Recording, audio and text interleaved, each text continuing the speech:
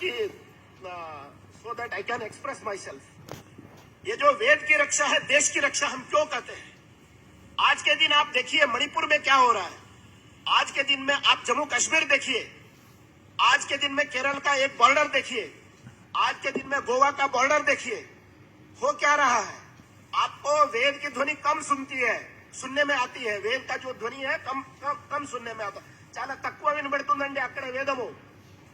ఎక్కడ వేద ధ్వని తక్కువ వినబడుతుంది అక్కడే మనము మన సంస్కృతి నుంచి దూరం అవుతామండి। ఇదే సందేశము, वेद की रक्षा, देश की रक्षा। अगर इस वन में भी, इस आश्रम में भी वेद की ध्वनि अगर है, हम देश की रक्षा कर रहे हैं। लोग आपसे पूछेंगे, भाई हमको ये जो हाथ पैर देखिए, कुंडली देखिए, जातक देखिए, लेकिन कोई संस्कृत पढ़ने नहीं आएगा। लोग कहेंगे पंडित जी हमारे घर में आप पूजा पाठ करिए, पंडित जी हमारे घर में आज जो है ना गृह प्रवेश कराइए। మనము గృహ ప్రవేశం ఉంటుంది, మీరు రండి అని అడుగుతారు। మనం అడుగుతాము, మీరు ఒక పిల్లల్ని మీరు ఒక సంస్కృతానికి వేదానికి పంపించండి, లేదండి ఉద్యోగం ఎక్కడే పిల్లలకి? अगर हम अपने बच्चे को अगर संस्कृत में डाल दूंगा, वेद में डालूंगा, अरे उसको तो उद्योग नहीं मिलेगा। ऐसे कोई भी डालता नहीं। तो ये स्थिति में हमको ये जो स्लोगन है ना, उसको चेंज करना पड़ेगा। जो वेद की रक्षा है, देश की रक्षा है। अगर वेद पढ़ो, ये देश का एक सैनिक बन के वो तैयार होगा, क्योंकि देश की रक्षा उसी के हाथ में है। अगर हम इससे 20 साल पहले अगर हम इस उद्यम से काम करते, घर देखिए वेद पाठ जरूरी है, जिसको स्वाध्याय करना वो भी जरूरी है। अपने घर से हटके, अपने कमरे से हटके बाहर तो निकलो।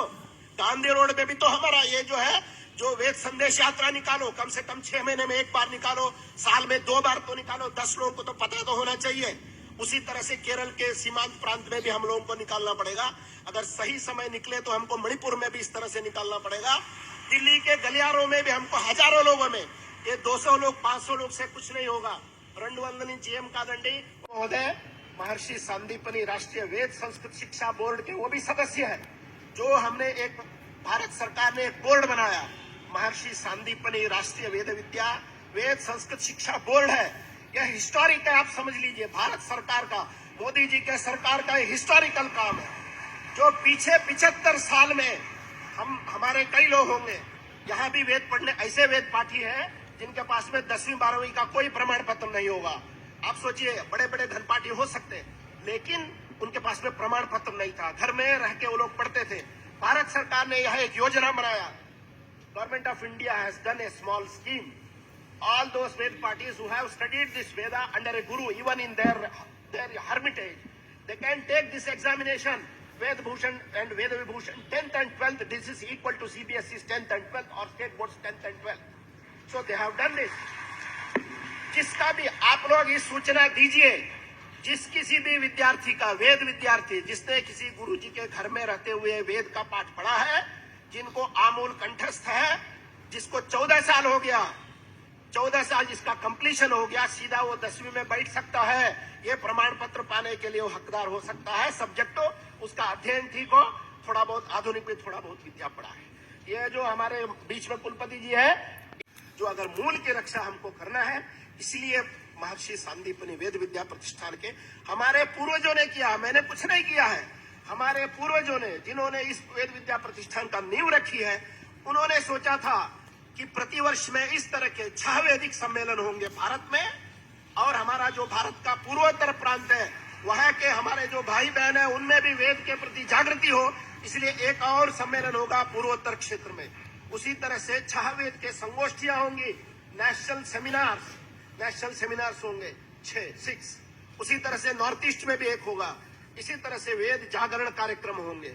हमने एक बात जरूर जोड़ा है, ये जो वेद का पारायण है, सबको आपके जो विद्वत्ता है, जो घनपाठी है या रहस्यांश समपाठी है, उनकी जो विद्वत्ता है, उस विद्वत्ता का अनुभव समाज में होना चाहिए। उसकी नाद का जो प्रेरणा हम सबको होना चाहिए। इसलिए वेद पारायण जो है ना, प्रत्येक सम्मेलन में होगा। उसी तरह से ये हमारा विश्वास है। देश के अगर जो हम लोग बताते हैं, गृहे गृहे वेद पाठा, घर घर में वेद पाठ हो, गांव गांव में वेद पाठ होना चाहिए, नगर नगर में वेद पाठ होना चाहिए। अरे बता तो दीजिए, अपने रोजी रोटी से जुड़ा हुआ मामला है। घर घर में वेद पाठ, नगर नगर में वेद पाठ, नगर नगर में वेद पाठ है। नगर नगर में अगर वेद पाठ करना है तो वेद के छात्रों को तैयार करना है। वेद छात्र को ढूंढिए, घर घर में जाके माता पिता को कन्विंस करिए।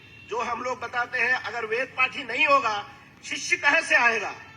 पहले तो जो है गुरु चाहिए, अच्छे गुरु चाहिए, जिनका स्वाध्याय अच्छा हो, गुरु का अनुग्रह जिस पर बहुत बड़ा हो, ऐसे चाहिए।